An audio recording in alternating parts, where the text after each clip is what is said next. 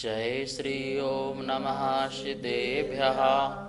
जय श्री महावीराय नमः। जय श्री परम्पराचार्य गुरुवे नमः। जय श्री उमा स्वामी गुरुवे नमः। जय श्री शांति सागर गुरुवे नमः। जय श्री विद्यानंद गुरुवे नमः। मोक्ष मार्गस्य नेतारं भेत्तारं कर्म भूभृतां ज्ञातारं विश्वतत्त्वानां वन्दे तद्गुणलब्धये। मंगलं भगवान् वीरो मंगलं गौतमो गणी मंगलं कुन्दकुन्दार्यो जैन धर्मोस्तु मंगलम्।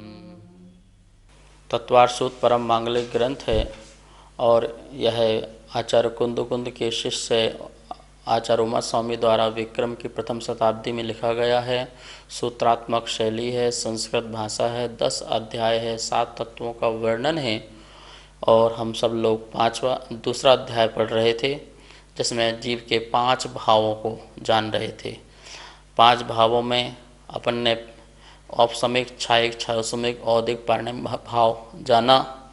अब जो पारिणामिक भाव था जिसमें जीवत्वपना था, उसका जो स्वरूप क्या है, उसकी पहचान क्या है, उसको हम कैसे जानें उस जीव के लिए। तो उस जीव की पहचान के लिए या जीव का लक्षण आचार्यवन ने स्वतंत्र रूप से सूत्र दिया और उस सूत्र को अपन ने कल देखा था। एक बार पुनः उसको बोर्ड के माध्यम से देखते आगे पढ़ते हैं। दूसरे अध्याय का 8वां सूत्र और 9वां सूत्र है उपयोगो लक्षणम सा द्विविधोष्ट चतुर्भेदः। ये 2 सूत्र अपन ने देखे थे। जीव का उपयोग लक्षण है और सह वह उपयोग द्विविधो 2 प्रकार का है। जो 2 प्रकार का है दर्शन ज्ञान उपयोग दर्शन उपयोग, उसमें ज्ञान उपयोग 8 प्रकार का और दर्शन उपयोग चतुर्भेदः 4 प्रकार का है। इस प्रकार से ये सूत्र था। अब हम इस सूत्र की थोड़ा विस्तार में जानकारी लेते हैं। उपयोगो लक्षणम, जीव का लक्षण उपयोग है। आचार्य भगवान ये बताना चाह रहे हैं, कोई ये न समझे कि सुख जीव का लक्षण है, कोई अमूर्तिक जीव का लक्षण है, कोई सूक्ष्मपना जीव का लक्षण है। क्योंकि बहुत सारे मीमांसक हुए जिन्होंने जीव का अलग अलग लक्षण बनाया है। जिसने कहा मात्र जो शून्य आत्मा हो वह जीव का लक्षण है, ज्ञान विहीन आत्मा जीव का लक्षण है। किसी ने सुख मात्र को, किसी ने दुख को भी, किसी ने निर्गुण को भी जीव का लक्षण माना। तो इस प्रकार से बहुत लोग अनेक अनेक प्रकार से जीव का लक्षण माना। लेकिन आचार्य भगवान ने कहा नहीं, उपयोगो लक्षणम, उपयोग ही जीव का लक्षण हो सकता है। ठीक है ना। और लक्षण को जानने के लिए जो उपयोग का जो लक्षण है और उस लक्षण किसे कहते हैं, तो लक्षण का लक्षण क्या है, लक्षण का भी लक्षण क्या है। अनेक वस्तुओं में से किसी एक वस्तु को जिस कारण से बाहर अलग किया जाता है, जिस हेतु से अलग किया जाता है, उसे अपन लक्षण कहते हैं। बहुत सारे पदार्थ मिले हुए हैं और उसमें से हमको एक को अलग करना है तो उसे लक्षण कहते हैं। जैसे कोई बालक दुकान में कुछ लेने गया, सामने गेंद रखी हुई है, यदि वो बोले भैया गोल गोल वो वस्तु दे दो, तो उसे समझ में नहीं आएगा। बोले क्या गोल गोल, गोल तो बहुत कुछ होती है, तुम्हें चाहिए क्या? बोले गेंद चाहिए। अरे गेंद भी तो बहुत सारी हैं, तुम्हें कौन सी चाहिए? तो नीली चाहिए, पीली चाहिए, छोटी चाहिए, बड़ी चाहिए। तो आपको कोई लक्षण बताना पड़ेगा, कोई पहचान बताना पड़ेगी। बहुत सारी वस्तुओं में से किसी एक वस्तु को छांटना है तो उसकी पहचान बताएंगे तभी वो वस्तु छटती है, उसी को लक्षण कहते हैं। और अपन ने यहाँ पर लक्षण को पढ़ा था 2 प्रकार का, आत्मभूत लक्षण और अनात्मभूत लक्षण। जो वस्तु के स्वरूप के साथ मिला होता है उसे आत्मभूत लक्षण कहते हैं, और जो वस्तु से अलग होता है अर्थात मिला हुआ नहीं होता है उसे अनात्मभूत लक्षण कहते हैं। आत्मभूत जैसे अग्नि की उष्णता और अनात्मभूत जैसे डंडे वाला पुरुष है, रिक्शे वाला आदमी, इस प्रकार से जो भिन्न है, अलग है। एक होता है लक्षणाभास। लक्षणाभास मतलब लक्षण जैसे आभास लगता है पर होता नहीं है, वो लक्षण नहीं होता है। जो यथार्थ लक्षण नहीं होने पर भी लक्षण के समान प्रतिभाषित होता है उसे लक्षणाभास कहते हैं। अर्थात ये कह सकते हैं सदोष लक्षण को लक्षणाभास कहते हैं। जिसमें दोष है वो लक्षणाभास कहलाता है। लक्षणाभास के 3 जो भेद हैं शास्त्रों में मिलते हैं। लक्षणाभास के जो 3 भेद हैं वो इस प्रकार से देखिए, यहाँ लिखा है अव्याप्ति, अतिव्याप्ति और असंभव, ये तीनों ही लक्षणाभास हैं। इसको अव्याप्ति दोष, अतिव्याप्ति दोष और असंभव दोष, ये 3 प्रकार के दोष होते हैं। तीनों की परिभाषा यहाँ देखिए। अव्याप्ति लक्षणाभास, पहला नंबर का जो अव्याप्ति लक्षणाभास है वो किस प्रकार से शास्त्रों में आया हुआ है, क्या लिखा हुआ है? जो लक्षण लक्ष्य के एक देश में रहता है, जो लक्षण लक्ष्य के एक देश में रहता है, संपूर्ण लक्ष्यभूत पदार्थ में नहीं रहता, उसे अव्याप्ति लक्षणाभास कहते हैं। हमने लक्षण ऐसा बनाया कि जो हमारा लक्ष्य है, जो हम जानना चाहते हैं, उसमें सिर्फ एक देश तो घटित हो रहा है, सर्वदेश घटित नहीं हो रहा है, तो वो भी एक अव्याप्ति नाम का दोष हो गया। अव्याप्ति, जो पूर्णतः व्याप्त ना हो, व्याप्ति ना हो, प्रकटता ना हो, उसे अव्याप्ति नाम का दोष कहते हैं। ठीक है, जैसे हमने गाय का लक्षण बनाया, जो सफ़ेद है वो गाय है, जो काली है वो गाय है। अथवा हमने पशु का लक्षण बनाया, जिसका सींग है वो पशु है। हमने ऐसा लक्षण बनाया, बच्चे ने आपसे पूछा माँ पशु किसे कहते हैं? बेटा जिसके सींग होते हैं उसको पशु कहते हैं। तो ये लक्षण क्या है? सही नहीं है, क्योंकि ऐसे भी जानवर हैं जिसके सींग नहीं है, तो क्या वो पशु नहीं कहलाएंगे? तो आपका लक्षण जो है कुछ में ही घटित हो रहा है और कुछ में घटित नहीं हो रहा है। तो ये कौन सा हो गया? अव्याप्ति दोष, जो पूरे में व्याप्त नहीं है, संपूर्ण पशुओं में घटित नहीं हो रहा है। जैसे गाय का लक्षण बनाया, जो सफ़ेद होती है वो गाय है, तो दीवार भी सफ़ेद होती है, अन्य वस्तु भी सफ़ेद होती हैं, वो सब गाय हो जाएंगी। तो क्या हुआ? वो आपका जो लक्षण है, गाय काली भी होती है, तो फिर गाय काली गाय नहीं कहलाएगी। जो नीली गाय है वो नीली गाय भी क्या बोलते नहीं कहलाएगी। तो इस प्रकार से अनेक रंग वाली गाय भी होती हैं, वो फिर गाय नहीं कहलाएंगी। इस प्रकार से पहला जो दोष हुआ वो अव्याप्ति नाम का दोष हुआ। लक्षण ऐसा बनना चाहिए जिसमें अव्याप्ति नाम का दोष ना हो। दूसरा आप यहाँ देखेंगे अतिव्याप्ति लक्षणाभास। दूसरा नंबर क्या है? अतिव्याप्ति लक्षणाभास, जो लक्षण लक्ष्य और अलक्ष्य दोनों में पाया जाए, इसका नाम ही अतिव्याप्ति। पहले नंबर में तो व्याप्ति नहीं था, एक देश व्याप्त था, अब अति कर दी। क्या कर दी? व्याप्ति की भी अति कर दी कि लक्ष्य में भी पाया जा रहा है और जो लक्ष्य नहीं है वो अलक्ष्य में भी पाया जा रहा है, तो उसका नाम क्या हो जाएगा? अतिव्याप्ति लक्षणाभास। जैसे हमने गाय का लक्षण बनाया सींग, जिसका सींग होता है उसको गाय कहते हैं। बताइए क्या ये लक्षण सही है? घटित हो सकता है? नहीं, क्योंकि बैल में भी सींग होते हैं, अन्य जानवरों में भी सींग होते हैं, बकरियों के भी सींग होते हैं, भेड़ा के भी सींग होते हैं, 12 सिंगा के भी सींग होते हैं। तो आपने लक्षण क्या बना दिया? फिर तो वो भी गाय कहला जाएंगे। मतलब समस्त गायों में तो घटित हो रहा है जो सींग है, लेकिन कुछ ऐसे भी जानवर हैं जिनके सींग भी होते हैं, तो वो भी फिर गाय ही कहला जाएंगे। देखो लक्ष्य में भी घटित हो रहा है और अलक्ष्य, जो हमारा अलक्ष्य, जो हमारा लक्ष्य नहीं है, जिसे हम जानना नहीं चाहते हैं, पर उसमें भी आपकी परिभाषा घटित हो रही है। इस प्रकार से ये भी दूसरे नंबर का जो दोष है अतिव्याप्ति नाम का लक्षणाभास है। इसलिए कभी भी किसी चीज़ की पहचान करनी हो तो उसका लक्षण ऐसा बनाना चाहिए कि वो उसी में ही घटित हो, अन्य में ना घटित हो। ठीक है, तीसरा नंबर का यहाँ पर लिखा है असंभव लक्षणाभास। क्या लिखा है? असंभव लक्षणाभास। इसकी परिभाषा क्या लिखी हुई है? देखिए यहाँ पर, लक्ष्य में लक्षण की असंभवता, लक्ष्य में लक्षण की असंभवता, मतलब जो लक्ष्य हमने बनाया है उसमें लक्षण की असंभवता है, संभव ही नहीं है, संभवपन दिख ही नहीं रहा है। उसे अपन असंभव लक्षणाभास कहते हैं अथवा असंभव दोष कहते हैं।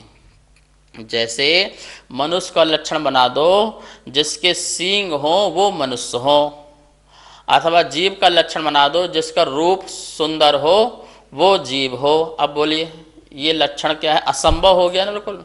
मनुष्य के कभी सींग देखे हैं आपने? नकली लगा लो बात अलग है, लेकिन क्या जन्म से कभी जीव के मनुष्य के सींग होते हैं? नहीं होते हैं। तो फिर वो मनुष्य का लक्षण कैसे हो गया? असंभव हो गया, इम्पॉसिबल हो गया कि ये पॉसिबल ही नहीं है। आप सरासर बिल्कुल असंभव नाम की बात कर रहे हैं, ये संभव है ही नहीं है, तो असंभव नाम का दोष हो गया। जो है ही नहीं है, जो हकीकत में नहीं है, उसे हम असंभव कहते हैं। ठीक है ना? तो मनुष्य का लक्षण सिंह नहीं हो सकता।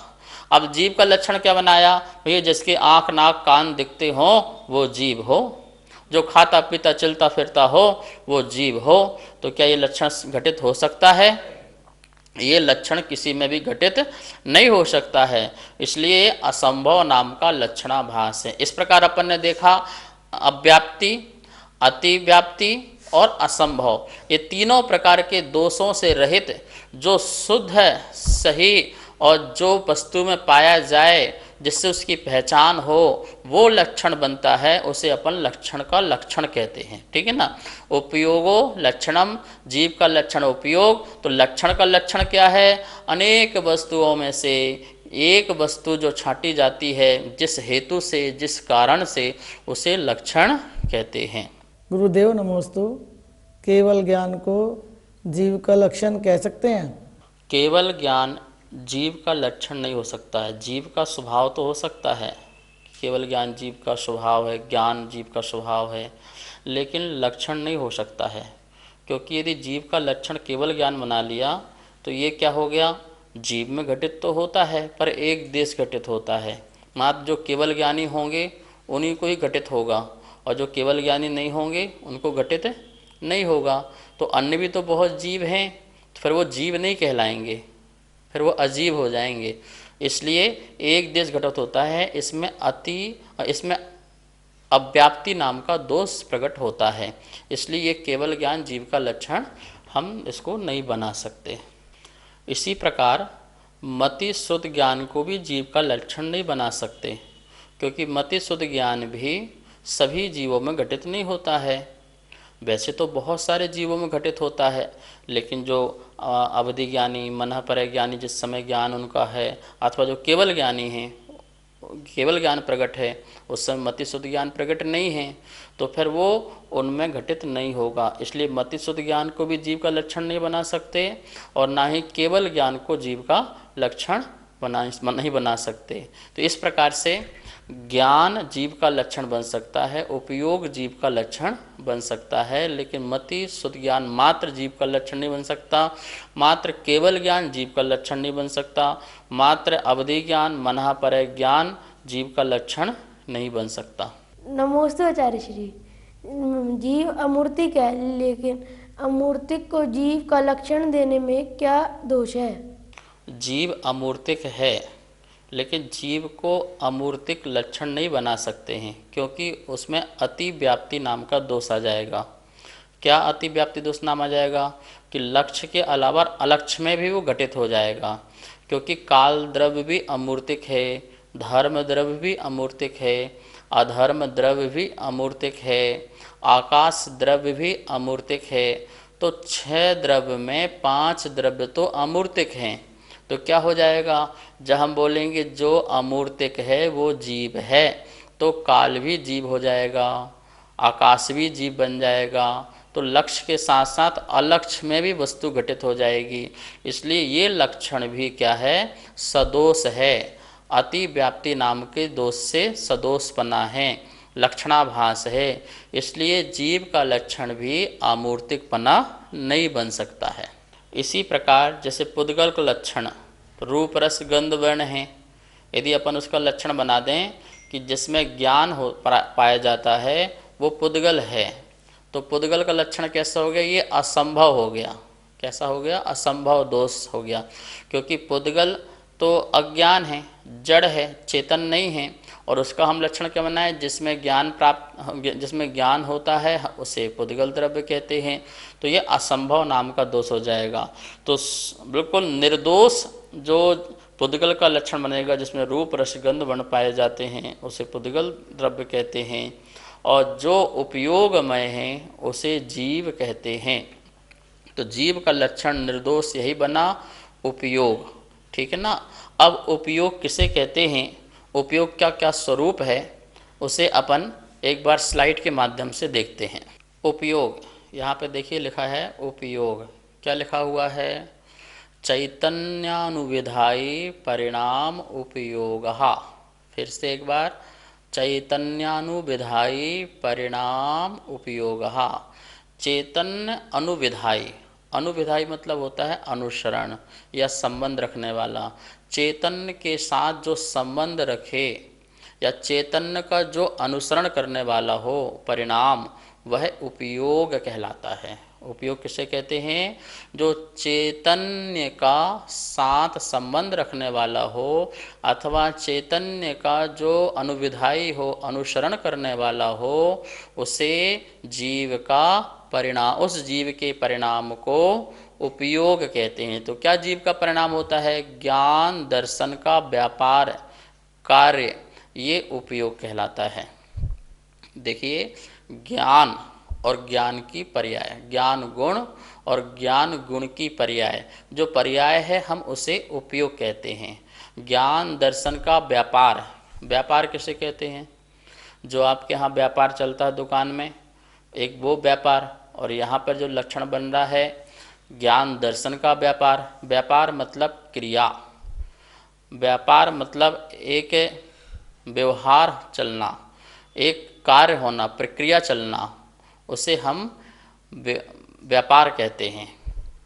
जैसे आपने कपड़े का व्यापार किया, आपने रत्नों का व्यापार किया, तो एक प्रकार का आपका एक क्रिया हुई। ठीक है ना। ऐसी ज्ञान का व्यापार, ज्ञान तो है पर जब जानने की शक्ति तो है, जिस समय जान रहा है वो व्यापार। दर्शन तो है पर दर्शन समय, जिस समय वह प्रतिभास कर रहा है, उसका जो कार्य हो रहा है उसे व्यापार कहते हैं। तो कार्य कहो व्यापार कहो, बात एक ही है। ठीक है ना। तो उपयोग में क्या हो गया, ज्ञान का व्यापार और दर्शन का व्यापार, ज्ञान का कार्य और दर्शन का कार्य। यहाँ पर एक स्लाइड देखिए, दूसरी लिखा है, इसमें आपको स्पष्ट समझ में आ जाएगा। एक चेतन, एक चैतन्य और एक उपयोग, तीन बातें ध्यान रखना, चेतन, चैतन्य और उपयोग। चेतन में क्या लिखा है, मान लो अपन ने यहाँ लिखा जीव द्रव्य, क्या लिखा है, जीव द्रव्य। नीचे लिखा लक्ष्य, हमारा लक्ष्य क्या है, जीव द्रव्य को जानना। ठीक है, लक्ष्य किसका है, हमारा जीव द्रव्य को जानना, ये हमारा लक्ष्य है। चैतन्य, चैतन्य के नीचे क्या लिखा है, गुण। चेतन का चैतन्य क्या है, तो ज्ञान दर्शन गुण। क्या, ज्ञान गुण और दर्शन गुण, ये चैतन्य है। ये क्या है, चैतन्य है। तो ये गुण हो गए। और उपयोग के नीचे क्या लिखा है, पर्याय। क्या लिखा है, पर्याय। तो वो हमारा लक्षण हो गया। क्या हो गया, लक्ष्य लिखा हुआ है जीव द्रव्य, उस जीव द्रव्य हमारा लक्ष्य है और उसका लक्षण बनाया हमने पर्याय से, उपयोग से। तो किसका उपयोग, किसकी पर्याय, ज्ञान गुण की पर्याय और दर्शन गुण की पर्याय जो है उसे हमने उपयोग कहा। तीन बात पर को समझ में आपको आ गई होंगी, चेतन, चैतन्य और उपयोग। चेतन मतलब जीव द्रव्य, चैतन्य मतलब जीव द्रव्य में पाया जाने वाला ज्ञान दर्शन गुण, और उसकी जो जानने की प्रति समय की पर्याय है, जिस समय वो जानने का कार्य कर रहा है। जैसे किस प्रकार से कार्य कर रहा है, ये भगवान हैं, ये गुरु हैं, ये मकान है, ये दुकान है, ये पक्षी है, ये शास्त्र है। इस प्रकार जानने की जो चेष्टा है, जानने का जो व्यापार चल रहा है, उसका एक स्वेच्छापूर्वक और एक सहज पूर्वक दोनों प्रकार का लगा लेना। ठीक है ना। एक तो हम चेष्टा पूर्वक जान रहे हैं, इंद्रिय मन के व्यापार से जान रहे हैं, और दूसरा केवल ज्ञानी जो सहज रूप से जान रहे हैं। दोनों प्रकार के जानने का जो व्यापार चल रहा है, उस जो कार्य चल रहा है, उस कार्य उस पर्याय को क्या कहते हैं? उपयोग कहते हैं। और वही हमारा लक्षण बन गया, क्योंकि पर्याय हमको अनुभव में आती है। ज्ञान गुण अनुभव में नहीं आता है, दर्शन गुण अनुभव में नहीं आता है, चैतन्य गुण अनुभव में नहीं आता है। उसका जो व्यापार है, उसकी जो अवस्था है, उसकी जो हालत है, उसकी जो क्रिया है, उसकी जो कार्य है, वो कार्य हमारे अनुभव में आता है। और जो अनुभव में आता है उसी को हम जीव का लक्षण बना रहे हैं। उसको बोल दिया उपयोग। यहाँ उपयोग का मतलब, जैसे आप घर में बोलते हैं ये कपड़ा बहुत उपयोगी है, ये सामान बहुत उपयोगी है, वो उपयोगी वाला उपयोग नहीं लेने का, ठीक है ना। यहाँ उपयोग लेना ज्ञान दर्शन के व्यापार, उसके कार्य को उपयोग लेना है, और वही जीव का लक्षण बनता है। तो इस प्रकार से यहाँ पर देखिए उपयोग क्या लिखा ऊपर? उपयोग। जीव का जो भाव वस्तु को ग्रहण करने के लिए प्रवृत्त होता है उसे उपयोग कहते हैं। यह आत्मा का आत्मभूत लक्षण है, क्योंकि यह आत्मा की ही अवस्था में पाया जा रहा है, तो ये आत्मा का आत्मभूत लक्षण है। जीव का जो भाव वस्तु को ग्रहण करने के लिए प्रवृत्त होता है। आपको कुछ भी चीज़ ग्रहण करने के चक्षु इंद्रिय से, कर्ण इंद्रिय से, घ्राण इंद्रिय से, जिह्वा इंद्रिय से, स्पर्शन इंद्रिय से, मन इंद्रिय से, 5 इंद्रियों मन से जो आपको ग्रहण करने के जो भाव होते हैं वो क्या है? उपयोग। एक तो ये हो गया।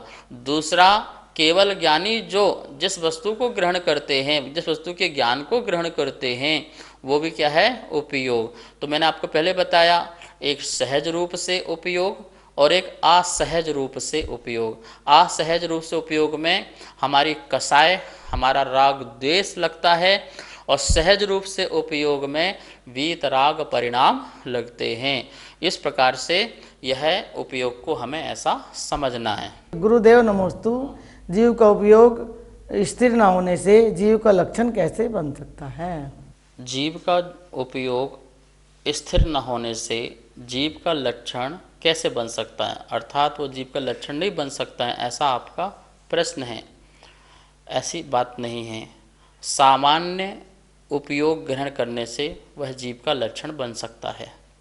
हम विशेष जो ग्रहण करें वह विशेष तो हमारे ज्ञान में चला जाता है, सामान्य हमारा दर्शन में होता है। तो पहले दर्शन होता है, फिर ज्ञान होता है छद्मस्त को, और केवलियों को दोनों युगपद एक साथ होता है, पर दर्शन जरूर होता है। उस अपेक्षा से सामान्य उपयोग ग्रहण करने से जीव का लक्षण जो है वह उपयोग बन सकता है। जैसे जाना गाय, जाना हमने ये पेन है, जाना हमने ये हाथ है, और जाना हमने ये शूर है, तो ये सामान्य उपयोग है, ठीक है ना। इस सामान्य उपयोग में यह जीव का लक्षण हर किसी में घटित हो जाता है। इस प्रकार से आचार्य उमा स्वामी ने जो तत्वार सूत्र में जीव का लक्षण बनाया है वो निर्दोष लक्षण है। इसमें कहीं से भी किसी भी प्रकार का दोष उत्पन्न नहीं होता है, ना ही अव्याप्ति दोष, ना अतिव्याप्ति दोष, और ना ही असंभव दोष। किसी प्रकार का दोष लक्षणाभास उत्पन्न नहीं होता है। बहुत ही साइंटिफिक और वैज्ञानिक तरीके से ये जीव का लक्षण बनाया है।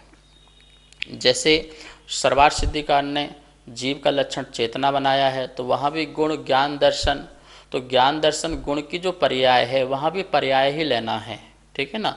क्योंकि जानता हुआ ज्ञान, जानता हुआ जो दर्शन है वही जीव का लक्षण बन सकता है। तो यहाँ जो उपयोग की परिभाषा बताई आचार्य भुवन ने, वो हमारे ज्ञान गुण और दर्शन गुण की जो पर्याय है उसके बारे में बताया। क्योंकि ये लक्षण बना, और लक्ष्य हमारा क्या है? चेतन। चेतन को जानना हमारा परम कर्तव्य है। चेतन हमारा आश्रयभूत होना चाहिए, उस पर दृष्टि होना चाहिए, क्योंकि हम उसका ही अनुभव लेना चाहते हैं। जब तक चेतन में हम स्थिर नहीं होंगे तब तक हमें कर्म की निर्जरा और मुक्ति की प्राप्ति नहीं हो पाती है। पर्याय में रहेंगे तो हमें पर्यायभूत ही ज्ञान होता रहेगा। पर्याय तो चलती रहेगी, पर्याय के साथ साथ हमें जो मूल धारा है उस मूल धारा से जुड़ना है। पर्याय तो अभी हम सिर्फ जानने का, क्योंकि पर्याय नहीं होगी तो हमें कुछ अनुभव ही नहीं होगा, इस बात का ध्यान रखना। पर्याय से ही सब कुछ अनुभव होता है, तो पर्याय होना भी जरूरी है। और एक ऐसा पर्याय का लक्षण बनाया जिससे हमें जीव का स्वरूप समझ में आया, तो यह उपयोगो लक्षणम हमने इस सूत्र पढ़ा। अब जो इसका जो भेद है, प्रभेद है, उसके बारे में अपन कल समझेंगे। शिप्राज जैन, नागपुर, आपका प्रश्न है कि हमारी लिस्टियाँ बदलती रहती हैं और यदि हम घर का काम करते हैं उसमें उसकी आनंद मनाते हैं, उसके कार्य में, सफाई आदि में, तो रौद्र ध्यान होता है, हम उससे कैसे बचें। देखिए, आप कोई भी काम करेंगे, घर का आरंभ शारंभ, उसमें आनंद मनाते हैं तो हिंसा नंदी नाम का रौद्र ध्यान हो जाता है। हमें इस प्रकार का रौद्र ध्यान नहीं करना है। अच्छे सुंदर कपड़े साफ हो गए, अच्छा मकान साफ हो गया, इनसे बचना चाहिए। इनको बिना बोले और बिना कहे भी तो हमारा काम चल सकता है। हम ये नहीं कह रहे हैं कि आप अपने गृहस्थ जीवन संबंधी नित्य कर्म ना करें, करना ही पड़ता है और बिना करे रह भी नहीं सकते हैं, कीजिए, लेकिन उसमें आनंद और खुशियाँ मनाने की ज़रूरत बिल्कुल भी नहीं है। जितना हम बच सकते हैं बचिए। हम ऐसे परिणामों से बचने से हमें पाप का बंध कम होगा, कर्म का आश्रय भी कम होगा, ठीक है ना। तो इस प्रकार से हमें इन कार्यों से अपने पुरुषार्थ पूर्वक, बुद्धिपूर्वक बार बार चिंतन करें, मंथन मनन करें और ऐसे परिणामों से बचें जिससे हमारे रौद्र ध्यान ना हो और आर्त ध्यान भी हमारा ना हो, इस बात का ध्यान रखें। मालती कुबेर अप्पा, सोमोगा, कर्नाटक, आपका प्रश्न है कि लेस्याओं में वर्ण का वर्णन क्यों किया। वर्ण जो है वो लेस्याओं के माध्यम से बताना चाह रहे हैं कि हमारे परिणामों की अभिव्यक्ति क्या है। क्या हमारे काले परिणाम हैं, कटु परिणाम हैं, और नील रंग और कपोत रंग, ये पीत रंग, सोने जैसे परिणाम हैं क्या, पिंक बिल्कुल शुक्ल जैसे परिणाम हैं क्या, बिल्कुल सफ़ेद स्वच्छ है। तो इस प्रकार से हमारे परिणामों की अभिव्यक्ति के लिए आचार्यों ने बहुत सुंदर शल्य चिकित्सा की है कि लेस्याओं को वर्णन करते समय उन्होंने इसके कलर के भी नाम दिए और इन कलरों के माध्यम से हमारे भावों का, हमारे परिणामों का पता चलता है। इसलिए लेस्याओं में वर्ण का इस प्रकार का महत्व दिया गया है। जावाणी के ज्ञान से सोजे लोकालो, सोवाणी मस्तक धरो सदा देत हो धोख, हे जिनवाणी भारती तो हे जपो दिन रैन, जो तेरा शरणा गए सो पावे सुख चैन। सभी को बहुत बहुत मंगल आशीर्वाद।